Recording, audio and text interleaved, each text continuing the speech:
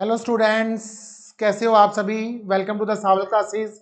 मैं विनीत कुमार सावल क्लासेस के CTET paper platform के अंदर आप सबका स्वागत करता हूं। Welcome to you students. CTET आज हम इस क्लास के अंदर सीटेट ओरिजिनल पेपर सोल्यूशन करेंगे।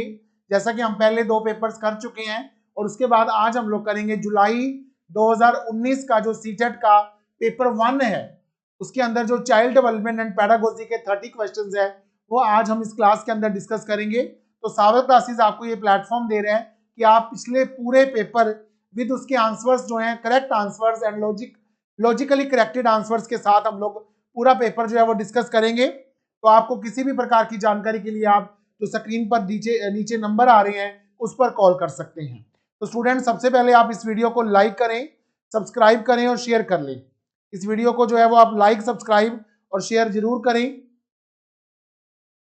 और बेल आइकन को प्रेस कर लें ताकि आपको ऑल नोटिफिकेशंस जो है वो टाइम टू टाइम मिल सके। तो सावल क्लासेस के यूट्यूब चैनल को आप सब्सक्राइब कर लें स्टूडेंट्स। तो आइए स्टूडेंट्स, आज हम लोग जो है पेपर 1 सीटेट जुलाई 2019 का जो है पेपर 1 है और उसके अंदर जो सीडीपी का पहला क्वेश्चन है जो फादर है कॉग्निटिव डेवलपमेंट के, उनके बारे में उनसे संबंधित है। अकॉर्डिंग टू जीन पियाजे के अनुसार जो बच्चे हैं वो क्या करते हैं? Actively construct knowledge and they manipulate and explore the world, learn by observing others, following a process of observational learning, can be conditioned to behave a particular ways by careful controlled stimulus response associations, या can be taught to behave and learn in specific manner using principles of rewards and punishment। तो student, मैं दोनों medium में साथ साथ चलूंगा। तो gene पियाजे जो है, देखो पुरस्कार और दंड अगर बात करें तो नैतिकता, अगर कोहलबर्ग की मैं बात करूं, कोहलबर्ग का जो नैतिक विकास है वो हमें पुरस्कार और दंड के सिद्धांतों का जो है वो उसके बारे में बताता है कि अगर मोरालिटी के बारे में बात कर सकते हैं, या अगर हम लोग बात करें कि हमारा स्टिमुलस रिस्पॉन्स है तो ऑपरेंट कंडीशनिंग है, बिहेवियर कंडीशनिंग है, तो उसके बारे में आपको पता है स्किनर बात करते हैं। तो ये भी नहीं है, तो डी भी नहीं है, सी भी नहीं है। और ऑब्जर्वेशनल लर्निंग की बात जो है जीन पियाजे नहीं करी है। तो जीन पियाजे के अनुसार जो है पैकेट्स ऑफ इंफॉर्मेशन, बच्चे जो है ज्ञान को सक्रिय रूप से संरचित करते हैं, इकट्ठा करते हैं और वैसे वैसे वे दुनिया में व्यवहार कौशल का प्रयोग करते हैं और खोज करते हैं, एक्सप्लोर करते हैं और जो है वर्ल्ड को जो है उस नॉलेज को जो है एक्सप्लोर करते हैं और मैनिपुलेट करते हैं। तो ए इज द राइट आंसर कि दे एक्टिवली कंस्ट्रक्ट नॉलेज। तो construction of knowledge, cognitive knowledge की बात जो है वो जीन पियाजे ने की थी। तो ए 1 इज द राइट आंसर। दूसरा प्रश्न है कि जीन पियाजे जो है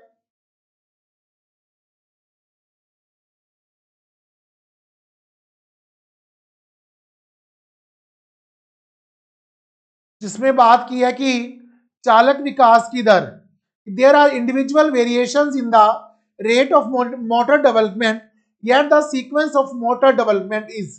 तो मोटर डेवलपमेंट आप बात की गई है इसके अंदर सिफेलोकॉर्डियल और प्रोक्सिमोकॉर्डियल नहीं, प्रोक्सिमोकॉर्डियल, सिफेलोकॉर्डियल। तो ये प्रिंसिपल्स हैं ऑफ फॉलो द पैटर्न, जैसे सिर से लेकर पांव तक या सेंट्रल पॉइंट टू जो है वो हमारा सेंट्रल पार्ट तक। तो ये सिफेलोकॉर्डियल, प्रोक्सिमोकॉर्डियल नहीं है। ग्रॉस मोटर डेवलपमेंट और फाइन मोटर डेवलपमेंट और फाइन मोटर डेवलपमेंट और ग्रॉस मोटर जो है वो डेवलपमेंट, तो बिल्कुल फाइन मोटर नहीं है। तो ये बिल्कुल ठीक है कि सबसे पहले ग्रोस हमारा शरीर बनता है और उसके बाद जो है वो हम छोटी उंगलियों से, जैसे लिखने के लिए हाथ डेवलप होते हैं, फिर हम फिंगर्स के द्वारा। तो there are 2 types of gross motor development, the one is fine motor skills और दूसरा है ग्रोस मोटर। तो पहले जो है वो ग्रोस मोटर आता है, क्योंकि ग्रोस मोटर जो पूरे अंग की डेवलपमेंट, जैसे हाथ बढ़ते हैं उसके बाद आप उसकी फिंगर के साथ उसको पेन पकड़ के, पेंसिल पकड़ के चलना, लिखना सीखते हैं। तो gross motor development to fine motor development की ओर हम लोग चलते हैं। तो C is the right answer, यानी थर्ड ऑप्शन बिल्कुल ठीक है। सिफेलोकॉर्डियल नहीं है, प्रोक्सिमोकॉर्डियल नहीं है, वो सिर से पांव तक है और जो है वो सेंट्रल टू स्टेट है। इसमें आपने बताना है वह अवधि है जो वयस्कता के संक्रमण की पहल करती है, उसे क्या कहते हैं? अगर मैं इंग्लिश मीडियम में आपको बताऊं, अगर हम इसको करें, the period that initiates the transmission of adulthood is adolescence, middlehood, pre operational period या एंड चाइल्डहुड। तो जो ऐसा है जो हमें अडल्टहुड की तरफ लेकर जाती है, वह अवधि जो वयस्कता के संक्रमण की पहल करती है, तो बिल्कुल उसे कहते हैं। देखो किशोरावस्था के बाद जो है, अडोलोसेंस पीरियड के बाद कौन सा पीरियड आता है स्टूडेंट्स? अडल्टहुड आता है। तो ये 12 से 19 तक का माना गया है। तो इसके अंदर जो है स्टूडेंट, जैसे हम बात करें इन्फेंसी पीरियड 0 से लेकर 2 वर्ष तक, ठीक है जी, अर्ली चाइल्डहुड 3 से 6 और लेटर चाइल्डहुड 6 से 12 और अर्ली अडोलोसेंस, लेटर अडोलोसेंस और उसके बाद हम लोग अडल्टहुड की तरफ बढ़ते हैं। तो बिल्कुल जो है वो 1 अडोलोसेंस इज द राइट आंसर। तो ये बिल्कुल ठीक है। अडोलोसेंस से जो है वो हमारा हम लोग अडल्टहुड की तरफ बढ़ते हैं, वयस्कता को प्राप्त करने की ओर हम लोग जो है वो बढ़ते हैं। उस वक्त हमें कई चीजों का एहसास होता है जो चाइल्डहुड में नहीं होता, जो इन्फेंसी पीरियड में नहीं होता। एक बच्चा तर्क प्रस्तुत करता है कि हिंस को दवाई की चोरी नहीं करनी चाहिए। वह दवाई जो उसकी पत्नी की जान बचाने के लिए हेज है स्टूडेंट, नहीं करनी चाहिए, क्योंकि यदि वह ऐसा करता है तो वह उसे पकड़ा जाएगा और जेल भेज दिया जाएगा। कोहलबर्ग के अनुसार वह बच्चा नैतिक समझ की किस अवस्था के अंतर्गत आता है? तो स्टूडेंट ये क्या है, जब आपने कोहलबर्ग का मॉरल डेवलपमेंट थ्योरी पढ़ी है, उसके अंदर एक कहानी बताई गई थी कि हेंस जो है उसकी पत्नी बहुत बीमार है और वो दवाई जो है बहुत महंगी है और उसके पास इतने पैसे नहीं है कि वो दवाई खरीद सके। तो वो दवाई पत्नी की जान बचाने के लिए चोरी करने की सलाह बनाता है। तो बच्चा ये सोचता है कि उसे चोरी नहीं करनी चाहिए, क्योंकि अगर वो पकड़ा जाएगा तो उसे जेल भी हो सकती है, उसे सजा भी हो सकती है और उसको जुर्माना भी हो सकता है। तो ये बच्चा जो है किस तरह को सोच रहा है? Instrumental purpose, social order, punishment and obedience या यूनिवर्सल एथिकल प्रिंसिपल। तो 3 लेवल्स हैं, स्टेजेस हैं, 6 एक हर एक को 2 भागों में बांटा गया है। तो बिल्कुल, तो इसके अंदर बिल्कुल क्लियर है कि जो पुनिशमेंट एंड ओबीडियंस, बच्चा यह सोचता है कि अगर वो चोरी करेगा तो उसको जेल मिलेगी, अगर वो चोरी नहीं करेगा, आज्ञा का पालन करे, तो उसको जेल नहीं होगी। इसलिए उसके पत्नी के बारे में वो नहीं सोचते, वो ये सोचते कि दवाई की है, इसको चोरी नहीं करनी चाहिए, क्योंकि अगर वो चोरी करते हैं तो उनको पनिशमेंट मिलेगी। तो अगर उनको वो चोरी नहीं करते तो उसको जो है वो पनिशमेंट नहीं मिलेगी। तो वो उस वक्त जो है वो आज्ञा पालन और पहला जो है दंड, जो स्टेज 1 है, लेवल 1 की ये बात कर रहे हैं कि जिसमें बच्चे जो है पुनिशमेंट से बचने के लिए और लेवल्स जो है वो ओबीडियंस इसलिए करना चाहिए ताकि जो है सजा ना मिले। मौखिक संवाद जो बच्चे अपने आप से करते हैं उन्हें लेव वाइगोस्की क्या कहते हैं? लेव Vygotsky refers to the verbal dialogues that children have themselves as egocentric speech, private speech, distorted speech या problematic speech। हाँ जी, तो बिल्कुल जो अपने आप से बात करते हैं, निजी रूप से बात करते हैं, उसको हम बोलेंगे प्राइवेट स्पीच। व्यक्तिगत वार्ता, तो व्यक्तिगत वार्ता बिल्कुल सही है। अहम, तो बच्चा जो अहम में बात कर सकता है, किसी और के साथ अहम हम प्रकट करते हैं जब हमारे भ्रातृ वार्ता नहीं है। और प्रॉब्लमेटिक, मौखिक संवाद जो बच्चे अपने आप से करते हैं उन्हें लेव वाइगोस्की प्राइवेट स्पीच कहते हैं, अपने आप से जब आप सोचते हो, बात करते हो। खिलौने, पहनावे की वस्तुएं, घरेलू सामग्रियां, व्यवसायों एवं रंगों को विशिष्ट लिंग के साथ संबंधित करना क्या प्रदर्शित करता है? अगर मैं कहूं कि टीचिंग है, जो प्रोफेशन है, वो केवल गर्ल्स के लिए है, जो टीचिंग प्रोफेशन है वो केवल गर्ल्स के लिए है। अगर मैं कहूं कि खिलौनों से केवल जो है, छोटे छोटे खिलौनों से, हल्के खिलौने से केवल लड़कियां खेलेंगी, लड़के नहीं खेलेंगे, ठीक है ना। पहनावे की वस्तुएं, अगर मैं कहूं कि कान में जो बाली डाली जाती है तो वो सिर्फ लड़कियां डालेगी, लड़के नहीं डालेंगे। भाई आजकल तो डालते हैं। तो ये किसका प्रतीक है? ये विकसित जेंडर पहचान है, जेंडर रूढ़िवादिता है, जेंडर सिद्धांत है या जेंडर प्रासंगिकता है? तो बिल्कुल स्टूडेंट ये क्या है? ये जेंडर स्टीरियोटाइप है। जेंडर रूढ़िवादिता यही है कि जब आप उसके अंदर उसकी एक विशेष सेक्स के साथ आप उसको जोड़ देते हो, तब वो चीज क्या बन जाती है? Gender stereotyping. तो जेंडर, ये काम लड़कियां कर सकती हैं, ये काम लड़के नहीं कर सकते, तो दैट इज जेंडर स्टीरियोटाइप। अगर मैं कहूं कि टीचिंग प्रोफेशन जो है वो केवल गर्ल्स का है, बॉयज का नहीं है, तो ये बात आज देख लो, आजकल बॉयज भी बहुत सारे जो है वो टीचिंग प्रोफेशन के अंदर हैं। In an elementary classroom it is important to the experience that a child, एक प्रारंभिक कक्ष में एक बच्ची अपने साथ जो अनुभव लाती है, the experience that a child brings with her, तो उसको डिनाई करना चाहिए, उसको निगलेक्ट नहीं करेंगे, इग्नोर नहीं करेंगे, ना डिनाई कर सकते हैं ना नेगलेक्ट, बल्कि जो वो पास्ट एक्सपीरियंसेस अपने साथ ला रही हैं उनको शामिल कर उनका संचय करना चाहिए, उनको बिल्ड करे, उनका वेलकम करो और उनको जो है अगले ज्ञान के लिए उसका सहारा लो और उन्हें शामिल करके उनको जो है संचय करो, इग्नोर नहीं करेंगे, नेगलेक्ट नहीं करेंगे, बल्कि वो पास्ट एक्सपीरियंसेस जो है वो बच्चे के लिए बेस बनेंगे, तो वो बिल्ड ऑन के लिए हमारे लिए काम आएंगे। A teacher should maximise comprehension comparisons among students, नहीं, एक अध्यापक को क्या करना चाहिए कि वो विद्यार्थियों के बीच तुलना ज्यादा करे भी, ये तो बच्चे अच्छे हैं ये बच्चे बुरे हैं, no. A promote students belonging to certain culture, वह विशेष संस्कृतियों को बढ़ावा दे, नो भी ये बच्चे मेरे दूसरी बहुत अच्छी संस्कृति से, ये अच्छी संस्कृति से नहीं है, नो। तो इग्नोर वाला तो पहले ही गलत हो गया कि इग्नोर तो बिल्कुल ना करे, वो जो है बीच सांस्कृतिक विभिन्नताओं और विविधताओं की अनदेखी करे, नो।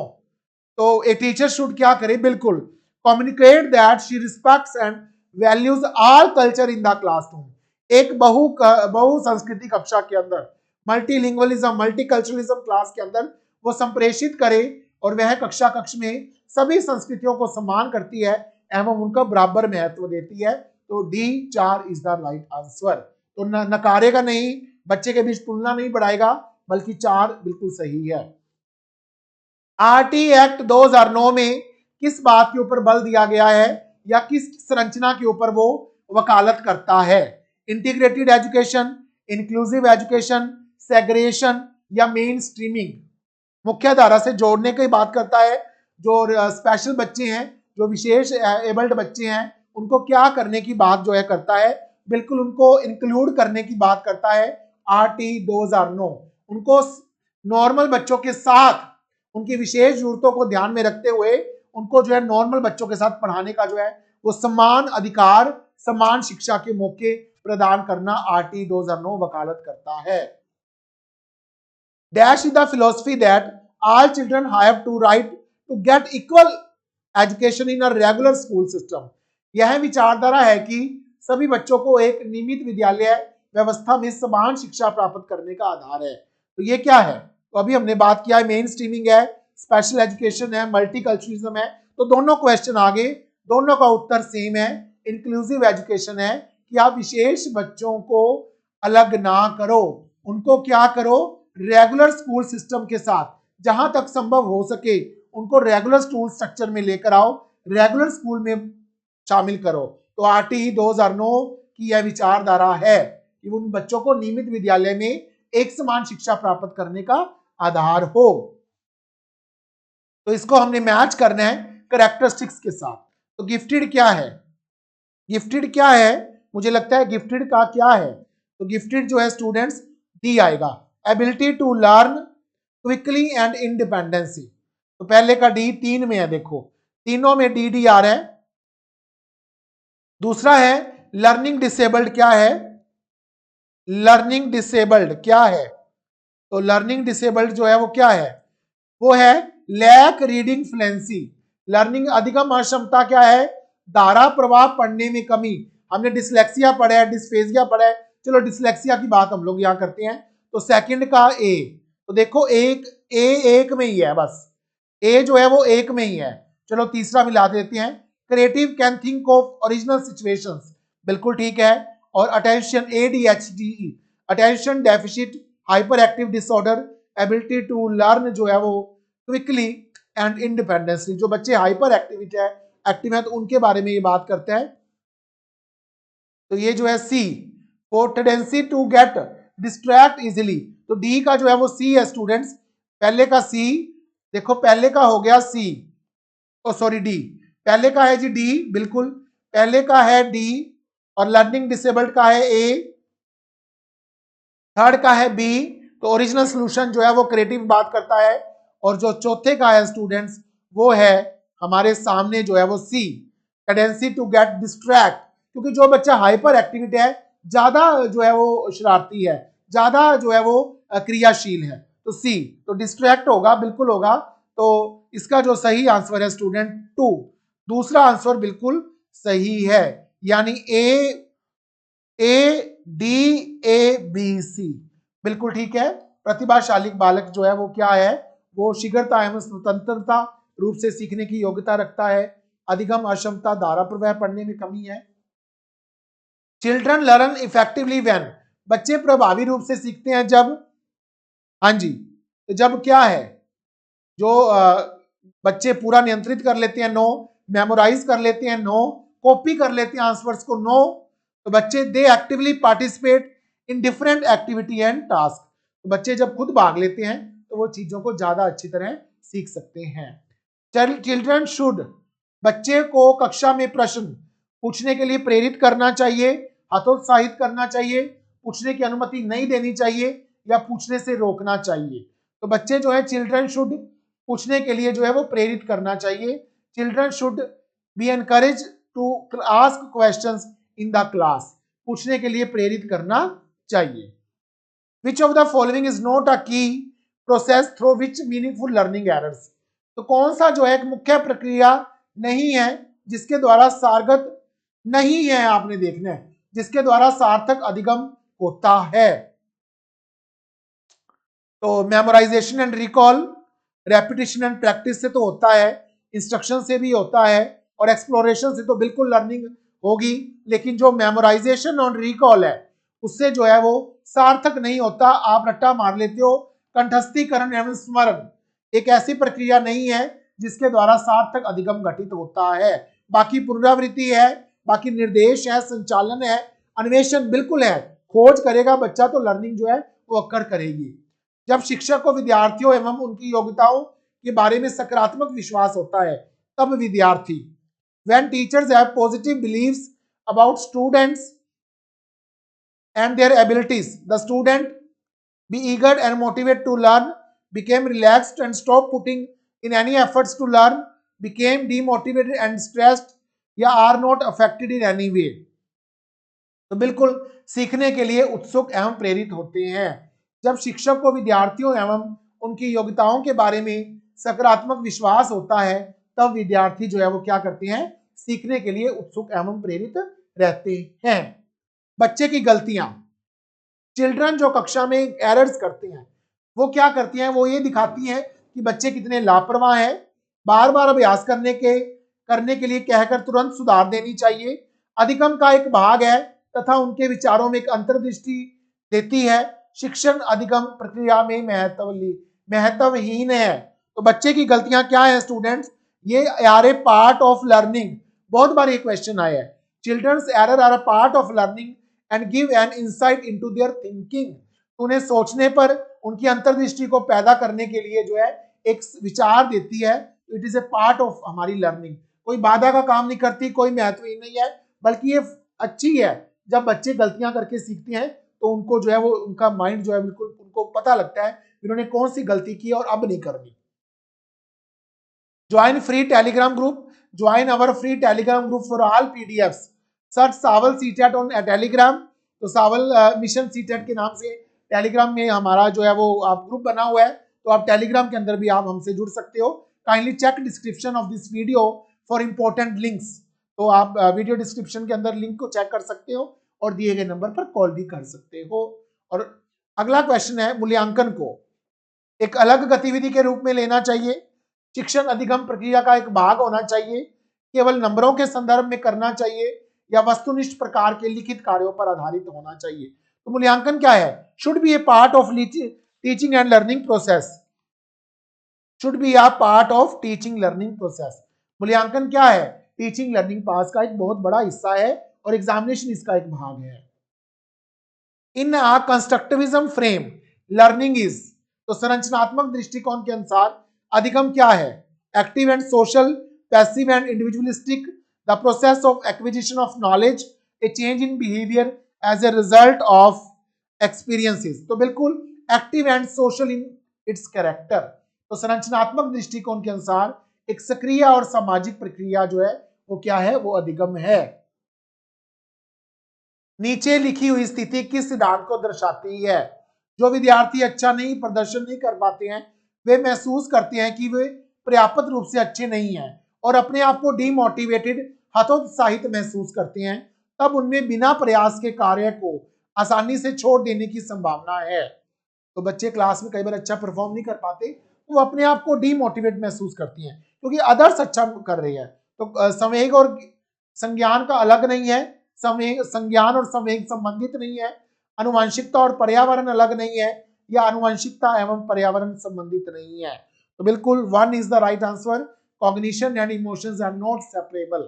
तो संज्ञान और संवेग जो है वो अलग नहीं है, तो वो इकट्ठा कर लेते हैं और डिस्करेज हो जाते हैं, डीमोटिवेट हो जाते हैं। एक शिक्षक बच्चों को प्रभावी रूप से समस्या का समाधान करने में सक्षम बनने के लिए किस प्रकार से प्रोत्साहित कर सकती है? A teacher can encourage children to become effective problem solvers by writing step by step, giving them plenty of opportunities, emphasis on rote memorisation. No, guesswork भी नहीं करेंगे, स्टेप बाय स्टेप भी हम उनको लिख कर नहीं करेंगे। एनकरेजिंग, तो भी ये एनकरेज है स्टूडेंट, डिस्करेज नहीं है। तो बिल्कुल जो है एनकरेज करेंगे बच्चों को समस्या के बारे में सहजानुभूत अनुमान लगाने में बहु विकल्पों को देखने के लिए आप उनको प्रोत्साहित करेंगे, एनकरेज करेंगे। तो पाठ्य पुस्तकों का अभ्यास कराना वो एक चीज अलग बात है, लेकिन समस्या समाधान करने में सक्षम बनाने के लिए आप क्या करोगे? Encouraging children to eliminate guesses and look at multiple solution of the problem. वह विधियां जिनके प्रयोग में विद्यार्थियों की स्वयं पहल व प्रयास शामिल है, स्वयं पहल और प्रयास शामिल है। तो use of methods where learners own initiative and efforts are involved in an example of interpersonal, deductive, learner centre, transitional centre. तो अपने आप, तो इंटरपर्सनल तो होता है दूसरों के साथ, इंटरपर्सनल दूसरों के साथ, तो बिल्कुल जो है वो लर्नर सेंटर्ड मेथड है। अधिगम करता जो है वो बिल्कुल learners on initiative and efforts जो है लर्नर अधिगम करता केंद्रित विधि। तो बुद्धि के बारे में निम्नलिखित में से कौन सा कथन सही है? Intelligence is the ability to think convergently, तो हमने पढ़ा है कि डाइवर्जेंटली है ये गलत हो गया, तो ये डाइवर्जेंटली भी है। Intelligence is a permanent change in behavior as a result of experience. No, intelligence is a hereditary trait that involves mental activity such as memory or reasoning. No, तो intelligence is a multi dimensional. बिल्कुल, तो पहले भी ये प्रश्न आ चुका है। बुद्धि क्या है? बहुआयामी है, इसमें बुद्धि परीक्षणों के द्वारा पूर्ण रूप से परिमेय ना की जाने वाली योग्यताएं पहचान जिनको मेजर नहीं किया जा सकता, वो चीजें हमारी इंटेलिजेंस में शामिल है। तो 4 is the right answer. Intelligence is multi dimensional involving several abilities not entirely measurable by. तो प्राथमिक समाजीकरण की एजेंसी कौन सी है? प्राइमरी एजेंसी कौन सी है? फैमिली, स्कूल, गवर्नमेंट या मीडिया? तो प्राइमरी के बारे में आपको पता है कि जो परिवार है वो प्राइमरी एजेंसी है, बाकी ये तीनों जो है वो सेकेंडरी एजेंसी है। तो परिवार जो है ये प्राइमरी है और तीनों जो है वो गौण या द्वितीय कारक है या सेकेंडरी है। तो परिवार जो है family is the primary agency. Jean पियाजे का सिद्धांत का प्रमुख प्रस्ताव है कि बच्चों की सोच वयस्कों के भिन्न होती है, बच्चों की सोच अडल्ट से जो है वो सुपीरियर होती है, या बच्चों की सोच जो है वो मात्रात्मक रूप से वयस्कों से भिन्न होती है, या जो है बच्चों की सोच गुणात्मक रूप से जो है वो वयस्कों से भिन्न होती है। तो जो जीन पियाजे का मानना है कि बच्चों की सोच जो है क्वालिटेटिवली जो है वो वयस्कों से भिन्न होती है, तो वो ज्यादा क्वालिटेटिव है, नई पीढ़ी के बच्चे हैं तो ज्यादा चीजों को गुणकारी चीजों से सीख सकते हैं। तो 24वां क्वेश्चन, जेंडर क्या है? बायोलॉजिकल कंस्ट्रक्ट है, साइकोलॉजिकल कंस्ट्रक्ट है, सामाजिक कंस्ट्रक्ट है या इकोनॉमिक कंस्ट्रक्ट है? तो जेंडर क्या है? It is a social construct.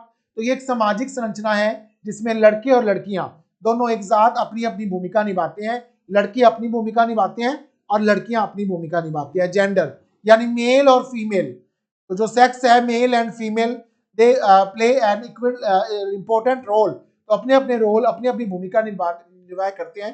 तो 25(3) is the right answer. Gender is a social construct. तो कौन विकास के व्यापक आयामों की सही पहचान करता है? Physical, cognitive, social and emotional. तो emotional, intellectual, spiritual and self. तो फिजिकल पर्सनैलिटी के साथ जुड़ा हुआ है, स्पिरिचुअल एंड इमोशनल है, तो सोशल फिजिकल पर्सनैलिटीज है। तो बिल्कुल ये क्लियर लग रहा है, फिजिकल का जो संबंध है वो पर्सनैलिटी के साथ है, और स्पिरिचुअल एंड इमोशनल, ये तीनों चीजें जो है वो अलग, बिल्कुल ठीक है, तीसरा is the right answer. Sorry, बिल्कुल, तो ये 1 मिनट आप रुके, इसमें जो है वो फिजिकल कॉग्निटिव का संबंध है, बिल्कुल है, सोशल एंड इमोशनल। तो 1 इसको करेक्ट करें student, 1 is the right answer, 26 का 1 है।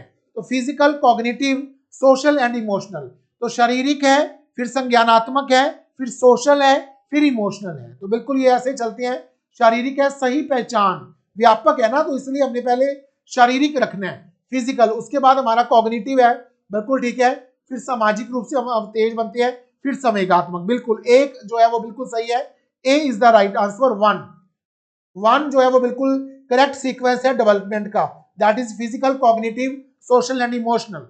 तो बच्चे और उनके अधिगम के संदर्भ में निम्नलिखित में से कथनों में से कौन सा कथन सही है? सभी बच्चे सीखने के लिए स्वाभाविक रूप से प्रेरित होते हैं और तथा सीखने में सक्षम है, ये तो ठीक है बिल्कुल। अनुवांशिकता पर आधारित है, नहीं। बच्चे को सामाजिक आर्थिक पृष्ठभूमि निर्धारित एवं सीमित करती है, नो। बच्चा अपने आप भी सीख सकता है, तो बच्चा उसके बाद भी सीख सकता है, तो सिर्फ पुरस्कार और दंड से ही सीखता है, नो। तो सभी बच्चे सीखने, all childrens are naturally motivated to learn and are capable of learning. तो सभी बच्चे सीखने के लिए स्वाभाविक रूप से प्रेरित होते हैं और आपसे बड़े सारे प्रश्न पूछते हैं और सीखने में सक्षम भी है, पूछते भी हैं और जिज्ञासा को, क्षुधा को शांत भी करते हैं। तो ए इज द राइट आंसर। प्रगतिशील शिक्षा में बच्चों को किस तरह से देखा जाता है? तो प्रोग्रेसिव एजुकेशन में बच्चों को कैसे देखा जाता है? छोटे वयस्क, पैसिव नहीं है, ब्लैंक स्लेटर्स नहीं है, तो they are active explorers. They are in progressive education, बच्चा जो है वो सक्रिय भूमिका निभाता है क्लास में, एक एक पॉइंट के बारे में बताते हैं, आपसे डिस्कस करता है, तो नॉलेज को आप कंस्ट्रक्ट करते हो प्रोग्रेसिव एजुकेशन के अंदर, प्रगतिशील। तो they are active explorers, C is the right answer. Leo Vygotsky के अनुसार अधिगम क्या है? सोशल एक्टिविटी है, इंडिविजुअल है, पैसिव है, या कंडीशनिंग है? तो सोशल कल्चर थ्योरी, अगर आपको पढ़ा हो आपने इसका सिद्धांत, तो दैट इज सोशल कल्चर जो थ्योरी है लाइवाइगोस्की, सामाजिक सांस्कृतिक सिद्धांत। तो एक सामाजिक अधिगम जो है वो एक सामाजिक गतिविधि है, learning is a social activity. तो निम्नलिखित में से कौन सा पूर्व क्रियात्मक अवस्था काल के बच्चे की विशेषता को प्रकट करता है? तो जीन पियाजे की प्री ऑपरेशनल स्टेज, यानी तो 2 से 7 वर्ष तक की अवस्था है, जीन पियाजे की जो 2 से लेकर 7 वर्ष तक की अवस्था है, that is pre operational stage. उसमें क्या होता है? उसमें बिल्कुल होता है इरिवर्सिबिलिटी ऑफ थॉट, बच्चा जो है विचारों की अनुक्रियता को नहीं कर पाता, तो इरिवर्सिबिलिटी ऑफ थॉट जो है वो होती है। तो D is the right answer, चौथा जो है वो सही है। बाकी circular reactions, goal oriented behaviour, different imitation, तो विलंबित नहीं होता, वो पहले ही हो जाता है, और गोल ओरिएंटेड भी हो जाता है। तो जीन पियाजे जो है इरिवर्सिबिलिटी जो मेन कैरेक्टरिस्टिक्स है प्री ऑपरेशनल स्टेज की, तो D is the right answer. Okay students, इस क्लास के अंदर हमने जुलाई 2019 का पेपर डिस्कस किया है, तो आपको कैसा लगा? आप इस वीडियो को लाइक, सब्सक्राइब और शेयर करना ना भूलें। Sawal classes, thank you very much. तो दिए गए नंबरों पर आप कॉल करके जो है वो अपना पेड ग्रुप के साथ, ओपन ग्रुप के साथ जुड़ सकते हो। Don't forget to like, subscribe and share. Thank you very much students, thank you very much. तो बिल्कुल आप हमारे साथ जो है वो जुड़े, और इस वीडियो को ज्यादा से ज्यादा आप लाइक, सब्सक्राइब और शेयर करें, ताकि जो है हम लोग एक नेक्स्ट मिलेंगे हम लोग स्टूडेंट एक नई क्लास के अंदर। Okay students.